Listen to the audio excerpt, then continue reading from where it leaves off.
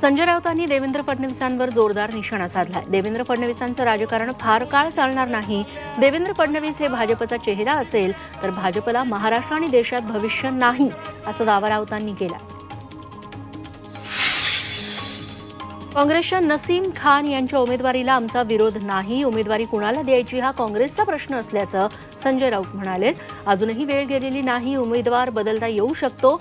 नसीम खान यांची लढण्याची इच्छा होती, मात्र मुस्लिम असल्यानं त्यांना उमेदवारी दिली नाही, असं खरगे म्हणाल्याचं राऊतांनी म्हटलंय।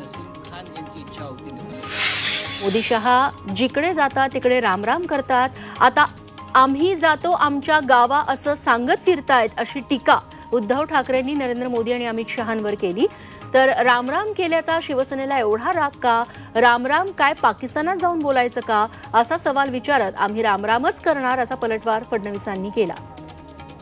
अमृत नोनी गॅस्ट्रिन, अपचन, ऍसिडिटी, गॅस्ट्रबल ह्यापैकी तुम्हाला कुठलाही गॅस्ट्रिक प्रॉब्लेम झाला, उपाय एकच, अमृत नोनी गॅस्ट्रिन।